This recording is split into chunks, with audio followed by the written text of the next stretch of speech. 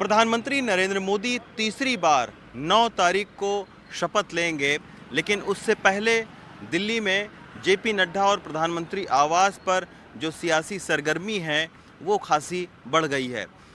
कल भी हमने देखा था, यानी शुक्रवार को दिन भर जेपी नड्डा के घर पर लगातार सहयोगी दल यानी नीतीश कुमार, जयंत चौधरी और तमाम सारे जो सहयोगी दल हैं वो लगातार यहाँ पर इस घर में आते रहे हैं, उनके साथ में बातचीत होती रही है।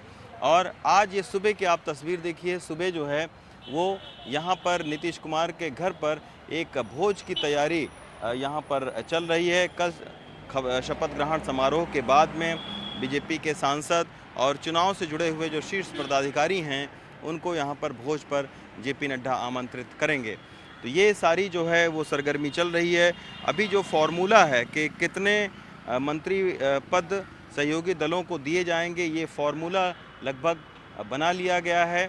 उस फॉर्मूले के तहत 3 केंद्रीय मंत्री और एक जो है वो MOS वो टीडीपी को ऑफ़र किया गया है।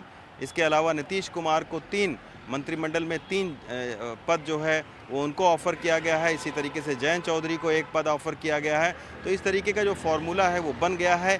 लेकिन अभी भी जिस बात पर बातचीत होनी है वो ये है कि किस पार्टी को कौन सा मंत्रालय दिया जाए, और उसको लेकर अभी भी जो टीडीपी के चंद्रबाबू नायडू हैं और जो जेडीयू के नीतीश कुमार हैं, ये दोनों ही चूँकि अनुभवी नेता हैं, अटल बिहारी वाजपेयी के समय से ये एनडीए के साथ रहे हैं, फिर इनका जो है संबंधों में बीजेपी के साथ में उतार चढ़ाव आते रहे हैं।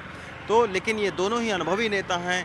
यही वजह है कि अभी भी ये हार्ड बार्गेनर माने जाते हैं और अभी भी ये चाहते हैं अपने मनपसंद का मंत्रालय। हालांकि ये बात भी साफ हो गई है कि जो बीजेपी है वो वित्त, रक्षा, गृह और विदेश जो मंत्रालय है उसको अपने पास रखेगी। ये भी साफ हो गया है कि स्पीकर पद को भी जो है वो बीजेपी अपने पास रखना चाहती है। लेकिन जैसा कि नीतीश कुमार चाहते हैं कि रेल मंत्रालय उनको मिले,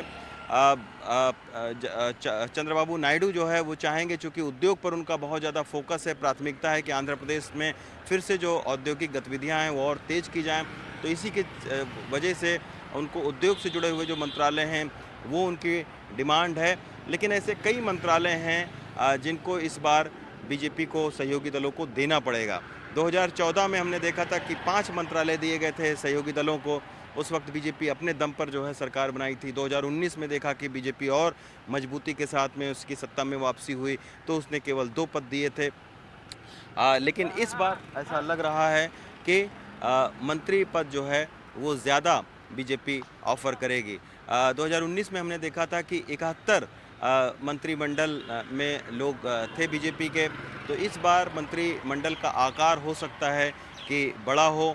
तमाम सारे ऐसे मंत्रालय हैं जो बीजेपी चाहेगी कि महत्वपूर्ण मंत्रालय अपने पास रखें, क्योंकि बहुत सारी जो परियोजनाएं हैं वो बीजेपी की महत्वाकांक्षी जो परियोजनाएं हैं वो उन मंत्रालयों से जुड़ी हुई हैं। तो ऐसे में एक देखना होगा कि आखिर सहयोगी जो दल हैं वो कैसे राजी होते हैं। क्या सहयोगी दल इस तरीके की बातचीत करेंगे कि उनको उनका मनपसंद जो मंत्रालय है वो मिल जाए। अभी यही वजह है कि आज का दिन जो है वो खासी अहमियत रखता है, और आज भी जो है वो मंत्रालय को लेकर एक फाइनल जो बातचीत का दौर है वो जेपी नड्डा, अमित शाह, राजनाथ सिंह के साथ में सहयोगी दल के नेताओं के साथ हो सकती है।